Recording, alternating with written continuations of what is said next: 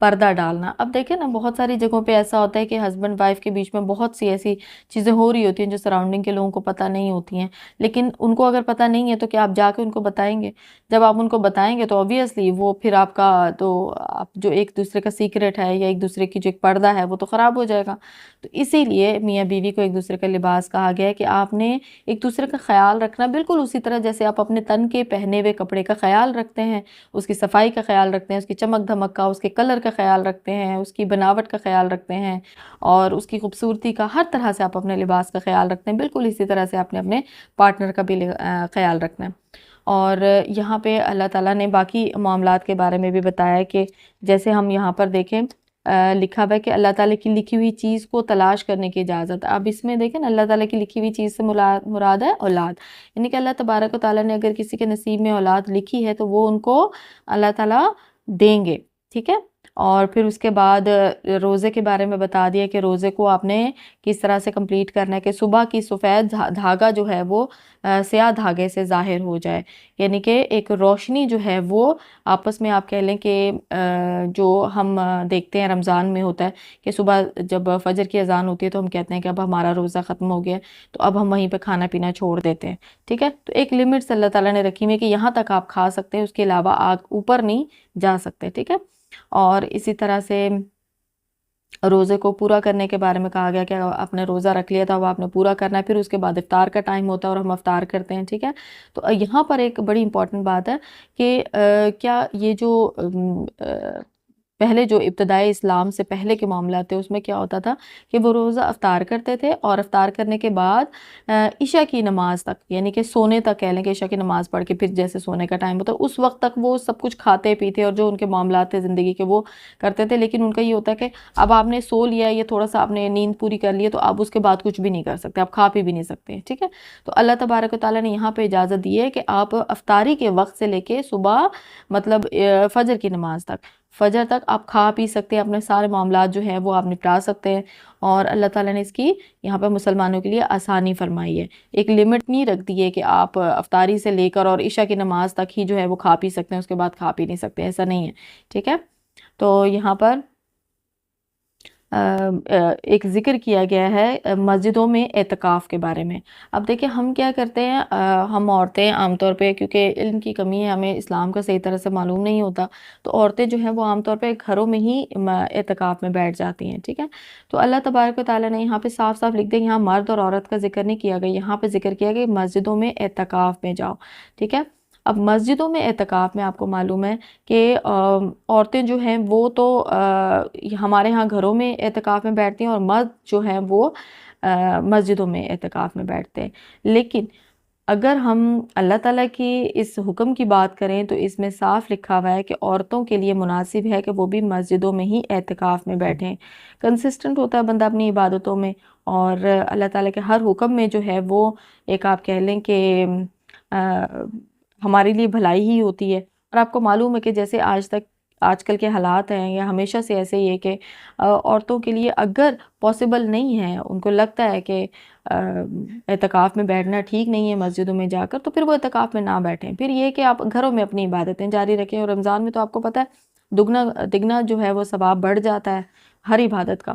تو بہتر یہی ہے کہ عورتیں گھر میں اپنی عبادت کر لیں، ضروری نہیں ہے کہ وہ مسجد میں جا کے اعتکاف میں بیٹھیں. اور آپ کو پتہ ہے آج کل کا تو ایسا زمانہ ہے کہ ہر ہاتھ میں موبائل ہے، کس کی کہاں ویڈیو بن جاتی ہے کوئی پتہ نہیں چلتا. تو بہتر یہ ہے کہ آج کے اس دور میں، اس ٹیکنالوجی کے دور میں اپنے آپ کو جتنا آپ کور اپ رکھیں، اپنے گھر میں رہیں، اپنے اس چار دیواری کے اندر آپ جتنی عبادتیں کرنا چاہتے ہیں کریں. اور اگر کسی کو ایسے حالات نظر آتے ہیں کہ مسجدیں بہت اچھی ہیں اور ان کو 100% شیورٹی ہے کہ یہاں پر ایسا ان کو نقصان نہیں ہوگا یا کچھ ایسے حالات نہیں ہوں گے، تو وہ پھر مسجدوں میں اعتکاف کر سکتی ہیں. ٹھیک ہے. کیونکہ یہ ایک نفلی عبادت ہے اور جب تک اس کا فل آپ کو پروٹیکشن فیل نہ ہو کہ ہر طرح سے ہے تو پھر آپ اس کو چھوڑ بھی سکتے ہیں. اس کے علاوہ بھی باقی عبادتیں وہ آپ رمضان میں کر سکتے ہیں. ٹھیک ہے. تو اب یہاں پہ جیسے ہم نے پہلے روزے کا ذکر کیا نا، تو پہلے کیا ہوتا تھا، لوگ عشاء کی نماز جو ہے نا، عشاء کی مطلب آپ کہہ لیں جب انہوں نے جیسے ہمارے مغرب کے ٹائم ہم اپنا جو ہے وہ روزہ کمپلیٹ کر لیتے ہیں، مطلب ہمارا صبح سے لے کے شام تک کا ایک روزہ ایک مکمل ہو جاتا ہے، جسے ہم کہتے ہیں کہ ہمارا ایک روزہ ہو گیا، یعنی کہ مغرب کے ٹائم روزہ کھول لیا. تو اس وقت کیا ہوتا تھا کہ اگر کسی کی یعنی کہ روزے کو لیٹ ہو گیا، افطاری کرنے میں لیٹ ہو گیا، تو وہ کیا کرتے تھے، وہ دوبارہ سے روزہ رکھ لیتے تھے. مطلب لیٹ ہو گیا تو وہ کھاتے نہیں تھے، اس کو دوبارہ سے رکھ لیتے تھے، اور اس کو وصال کہا جاتا ہے کہ اگلے دن بھی ان کا روزہ ہوتا تھا، تو اگلے دن کے بعد جو مغرب کی ٹائم آتا تھا اس ٹائم وہ افطاری کرتے تھے. ٹھیک ہے، تو اس سے آپ صلی اللہ علیہ وسلم نے منع فرمایا. ظاہر ہے پھر وہ باقی معاملات زندگی کے نہیں چل پاتے، انسان کو ویکنس ہو جاتی ہے، اور اللہ تعالیٰ نے جب روزہ ہی فجر سے لے کے مغرب تک کا رکھا ہے، ایک ٹائم بتا دیا ہے، ٹھیک ہے، تو پھر ہم کون ہوتے ہیں اس کے بیچ میں جو ہے وہ اپنی طرف سے عبادتیں نکالنے والے. تو اس سے بھی اللہ تبارک و تعالیٰ نے منع فرمایا ہے. ٹھیک ہے، اور یہاں پر دیکھیں اللہ تعالیٰ نے کہا ہے کہ اسی طرح اللہ تعالیٰ اپنی آیتیں لوگوں کے لیے بیان فرماتا ہے تاکہ وہ بچیں. ٹھیک ہے، بچنا ہے کس چیز سے؟ بچنا ہے یعنی کہ متقی لوگوں کی بات کی گئی ہے کہ وہ گناہوں سے بچیں. اور آپ کو وہ حدیث یاد ہوگی جو ہم نے پہلے بھی پڑھی تھی کہ حضرت عمر رضی اللہ تعالیٰ عنہ نے سے کسی نے پوچھا کہ تقویٰ کیا ہے؟ تقویٰ یعنی کہ بچنا، اللہ تعالیٰ سے ڈر کے گناہوں سے بچنا. تو انہوں نے کیا کہا تھا کہ اگر کوئی کسی ایسی وادی سے گزر رہا ہو جس کے جہاں پہ کانٹے ہی کانٹے ہیں، ٹھیک ہے، اور وہاں ان جھاڑیوں سے وہ ان سے بچ بچ کے نکل رہا ہو، تو اس کو کہیں گے کہ تقویٰ ہے. یعنی کہ ہمارے سراؤنڈنگ میں بے شمار ڈسٹریکشنز ہیں، بے شمار ایسی چیزیں جو ہمیں اپنی طرف کھینچتی ہیں. ٹھیک ہے، تو ہم نے ان سے بچنا ہے. ہم نے وہاں پہ دیکھ لینا ہے کہ یہ کام ہم کریں گے تو ہمارا پروردگار ناراض ہوگا، تو ہم نے وہ کام نہیں کرنا. دس از تقویٰ. ٹھیک ہے، اور ہم نے تقویٰ اختیار کرنا ہے، ہم نے اللہ تبارک و تعالیٰ کو راضی کرنا ہے. اور ہم اپنے نفس کے ہاتھوں بھی جو ہے وہ کئی بار مجبور ہو جاتے ہیں، تو ہم نے اپنے نفس کو بھی جو ہے وہ ان چیزوں کا عطا پتہ دے کے رکھنا ہے کہ ہم نے وہ کام نہیں کرنے جس سے ہمارا پروردگار خفا ہو ہم سے. اچھا، یہ ہماری آیت نمبر 187 ہو گئی ہے. نیکسٹ ہم آیت دیکھ لیتے ہیں. وَلَا تَأْكُلُوا أَمْوَالَكُمْ بَيْنَكُمْ بِالْبَاطِلِ وَتُدْلُوا بِهَا إِلَى الْحُكَّامِ لِتَأْكُلُوا فَرِيقًا مِّنْ أَمْوَالِ النَّاسِ بِالْإِثْمِ وَأَنْتُمْ تَعْلَمُونَ. اور ایک دوسرے کا مال ناحق نہ کھایا کرو، ناحکموں کو رشوت پہنچا کر کسی کا کچھ مال ظلم و ستم سے اپنا کر لیا کرو حالانکہ تم جانتے ہو. اب دیکھیں یہاں پر ذکر کیا گیا کہ اگر کسی نے خدا نخواستہ کسی کو کوئی مال اپنا دیا ہے لیکن اس نے ثبوت نہیں ہے اس کے پاس، ٹھیک ہے، اور جس کے پاس اس کا مال رکھا ہوا ہے وہ اس کی اس کمزوری سے فائدہ اٹھا لے کہ اس نے جو مجھے مال دیا تھا نہ تو کوئی گواہ موجود ہے، نہ کوئی پیپر ورک ہوا ہوا ہے، نہ کوئی ثبوت ہے، تو میں اس کا یہ مال کھا لیتا ہوں. اب وہ بیچارہ کمزور جس نے اس کے پاس اپنا مال رکھوایا تھا اس کے پاس کوئی ثبوت نہیں ہے، تو وہ کیا کرے گا؟ وہ تو بیچارہ ظاہر ہے جہاں بھی جائے گا اسے یہی کہا جائے گا، اگر وہ عدالت میں بھی جاتا ہے تو وہ کیا کہیں گے کہ بھئی اپنا ثبوت لے کر آؤ کہ تمہارا کوئی پیسہ یا تمہارا کوئی مال یا تمہارا کوئی ایسا اثاثہ اس کے پاس موجود ہے جو کہ تمہارا ہے. ٹھیک ہے، تو اس کے پاس نہیں، تو کیا ہوگا؟ وہ جو اس کا حق کھا گیا ہے تو کیا آپ کا کیا خیال ہے کہ اس کو بخش دیا جائے گا، اس کو معاف کر دیا جائے گا؟ بالکل بھی نہیں. تو یہاں پر اللہ تبارک و تعالیٰ نے کہا ہے کہ ایک دوسرے کا مال ناحق نہ کھایا کرو. ان کے اگر کوئی کمزور انسان ہے، کوئی ایسا انسان ہے جس کے پاس کوئی ثبوت نہیں ہے کہ اس نے آپ کو مال دیا، لیکن آپ کو تو پتہ ہے نا کہ یہ اس کا مال ہے، تو آپ نے کیا کرنا ہے؟ آپ نے اس کے مال کو ایسے فی سبیل اللہ سمجھ کے ہڑپ نہیں کر جانا ہے. آپ نے خیال رکھنا ہے اس چیز کا کہ مجھے اپنے اس عمل کا جواب دینا ہے پروردگار کو. ٹھیک ہے، تو جہاں پہ اللہ کا ڈر آتا ہے نا، خوف آتا ہے، تو وہاں پہ چیزیں بڑی آسان ہو جاتی ہیں، زندگی بڑی سموتھ ہو جاتی ہے. جب ہم کسی کا مال کھائیں گے، کسی کا حق کو کھائیں گے، تو کیا وہ ہمارے اندر سے نہیں نکلے گا؟ ہو سکتا ہے خدا نخواستہ جس اولاد کو آپ کھلا رہے ہیں، ٹھیک ہے، یا جس پیٹ میں آپ ڈال رہے ہیں، تو وہ تو جہنم کی آگ کو آپ جمع کر رہے ہیں. تو جس پیٹ میں آپ ڈال رہے ہیں، جس اولاد کو کھلا رہے ہیں، ہو سکتا ہے خدا نخواستہ وہ اولاد ہی کل کو آپ کی ایسے کام کرے کہ جو آپ سر پکڑ کے بیٹھ جائیں کہ میں نے تو حرام کھا کے اس کو بڑا کیا. تو بہتر ہے کہ ہم اس طرح کی چیزوں سے بچیں. اپنی اولاد کے منہ میں ایک ایک لقمہ گن گن کے صرف ہم نے حلال کا ڈال رہے ہیں. ٹھیک ہے، تو جب ہم اپنی اولاد کے منہ میں حلال کا لقمہ ڈالیں گے تو یقین کریں وہ گناہوں کی طرف جائے گی تو وہ واپس لوٹ کے آئے گی، کیونکہ اس کے منہ میں، اس کے پیٹ میں، اس کی پرورش میں جو بھی پیسہ لگا ہے وہ حلال کا ہے. کسی کا حق کھا کر اس پیسے کو اس کی تربیت پہ، اس کے آسائشیں اس کو دینے کے لیے نہیں لگایا گیا. ٹھیک ہے، تو ہمیں اپنی اولادوں کو بڑا کرتے ہوئے اپنی اولادوں کو آپ کہ جیسے ہم سب عورتیں، آپ پتہ ہے چھوٹے ہمارے بچے، اور ہم اپنے بچوں کو جو ہے وہ ایک سے بڑھ کر ایک آسائش دینے کی کوشش کرتے ہیں، لیکن وہ ہماری محنت کی کمائی کی ہونی چاہیے، ہمارے اس پیسے کی ہونی چاہیے کہ جو ہمارا ہے، نہ کہ ہم کسی اور کے پیسوں کو جو ہے وہ اپنا سمجھ کے اور اس پہ اپنا حق جمانا شروع کر دیں. ٹھیک ہے، تو آگے دیکھیں کیا لکھا ہوا ہے. حاکموں کو رشوت پہنچا کر کسی کا کچھ مال ظلم و ستم سے اپنا کرنا. اب دیکھیں رشوت دینے اور رشوت لینے کے بارے میں کتنے اسٹرکٹ اللہ تعالیٰ نے ہمیں نا بڑی چھوٹی چھوٹی چیزوں کے بارے میں بتا دیا. ہم کہتے ہیں نا کہ یہ اگر کوئی دین کی بات کر رہا ہو نا تو عام طور پہ یہ کہا جاتا ہے کہ یار یہ کیا تم زندگی کے ہر معاملے میں جو ہے وہ دین کی بات لے آتے ہو, دین کو الگ رکھو دنیا کو الگ رکھو. بھئی دین دنیا الگ کیسے ہو سکتا ہے؟ آپ قرآن پاک پڑھیں نا تو آپ کو پتہ چل جائے گا کہ اس میں تو اللہ تبارک و تعالیٰ نے کوئی چیز چھوڑی نہیں ہے کہ جو ہمیں بتائی نہ ہو.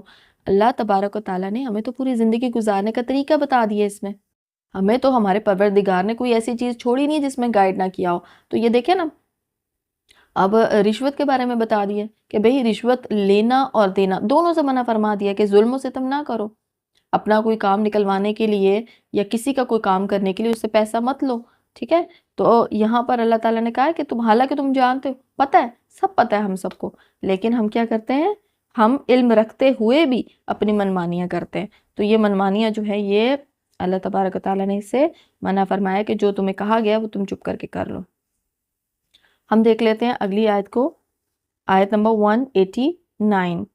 يَسْأَلُونَكَ عَنِ الْأَهِلَّةِ قُلْ هِيَ مَوَاقِيتُ لِلنَّاسِ وَالْحَجِّ وَلَيْسَ الْبِرُّ بِأَنْ تَأْتُوا الْبُيُوتَ مِنْ ظُهُورِهَا وَلَكِنَّ الْبِرَّ مَنِ اتَّقَى وَأْتُوا الْبُيُوتَ مِنْ أَبْوَابِهَا وَاتَّقُوا اللَّهَ لَعَلَّكُمْ تُفْلِحُونَ.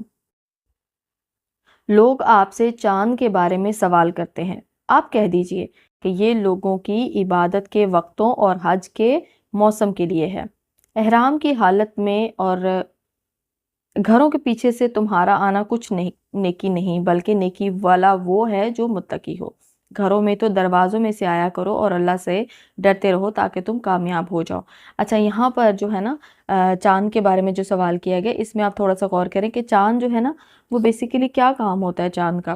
اب ہم اگر اپنے جیسے ہمارا فلیگ ہے جو ہمارا پاکستانی پرچم ہے, اس میں آپ دیکھیں تو اس میں جو چاند بنا ہوا ہے, اور عام طور پہ جب ہم چاند کو ویسے دیکھتے ہیں جیسے کہ کسی کی تاریخ کا, ہمیں کسی خاص تاریخ کا انتظار ہو, جیسے کہ عید کا چاند ہوتا ہے کہ ہم بیٹھ جاتے ہیں 29ویں روزے میں یا 28ویں یا اس طرح کے روزوں میں, اینڈ کے روزوں میں بیٹھتے ہیں چاند دیکھنے کے لیے ٹیم. تو وہ کیا کرتی ہے, وہ چاند کو دیکھتی ہے. تو چاند جو ہے وہ کس شیپ میں ہوتا ہے, ہمارے اگر ہم رائٹ سائڈ اپنا جو رائٹ ہینڈ ہے اس کی طرف سے اگر ہم چاند بنانا شروع کریں تو اس طرف سے جو چاند ہوگا وہ تاریخ کی چاند کی شروع کی تاریخوں کا ہوگا. اور جو ہمارے لیفٹ ہینڈ کی طرف سے چاند ہوگا جو باریک سی ایک آپ کو کہتے ہیں نا جیسے آدھی چوڑی کہہ لیں, تو وہ نظر آئے گا. تو وہ کیا ہوگا کہ وہ چاند کی آخری تاریخیں ہوں گی. اور آپ کو معلوم ہے کہ چاند جو ہے وہ بیسیکلی چاند کے لحاظ سے ہم بہت ساری اپنی عبادتوں کے وقت جو ہیں وہ تعین کرتے ہیں, جیسے کہ حج کے چاند کو دیکھ کے ہم نئے منتھ کا اندازہ لگاتے ہیں جو اسلامک منتھس ہوتے ہیں کہ ہاں یہ اب ہمارا حج کا مہینہ شروع ہو گیا, رمضان کا مہینہ شروع ہو گیا یا محرم کا مہینہ شروع ہو گیا. تو ہم جو ہے وہ چاند کے لحاظ سے یعنی کہ لونر کیلنڈر جو ہے اس کے حساب سے چل رہے ہوتے ہیں. ٹھیک ہے, تو یہاں پر انہوں نے کیا چاند کے بارے میں پوچھا کہ چاند کا گھٹنا اور چاند کا بڑھنا جو ہے وہ کس چیز کی علامت ہے. تو اللہ تبارک و تعالیٰ نے کہہ دیا کہ یہ عبادتوں کے وقتوں خاص طور پہ حج کے موسم کے لیے. ٹھیک ہے, تو اس کے آگے جو بات کی گئی ہے وہ دیکھ لیتے ہیں کہ گھروں کے پیچھے سے تمہارا آنا کچھ نیکی نہیں ہے, بلکہ نیکی والا تو وہ ہے جو گھروں کو دروازوں سے آئے. اچھا, یہاں پر ایک امپورٹنٹ بات بتاؤ میں, جو یہ بات کی گئی ہے کہ جو یعنی کہ اسلام سے پہلے جو حج یا عمرہ جو بھی کیا جاتا تھا تو جب وہ احرام باندھ لیتے تھے نا تو انصار جو ہے وہ یہ کیا کرتے تھے کہ جاہلیت میں جب وہ حج اور عمرہ کے لیے جب احرام باندھ لیتے تھے تو وہ کیا کرتے تھے, کسی خاص ضرورت کے لیے یا کوئی کام ان کا گھر میں پڑ گیا یا کوئی چیز گھر میں رہ گئی ہے تو اس کے لیے جب ان کو گھر میں آنا پڑتا تھا تو وہ یہ سمجھتے تھے کہ ہم نے احرام باندھ لیا تو اب ہم دروازے سے انٹر نہیں ہو سکتے, کہ اب ہم نے ایک مطلب آپ کہہ لیں کہ سفر کا آغاز کر دیا تھا حج عمرے کے لیے, تو اب ہم اپنے دروازے سے انٹر ہو کے گھر میں داخل نہیں ہوں گے.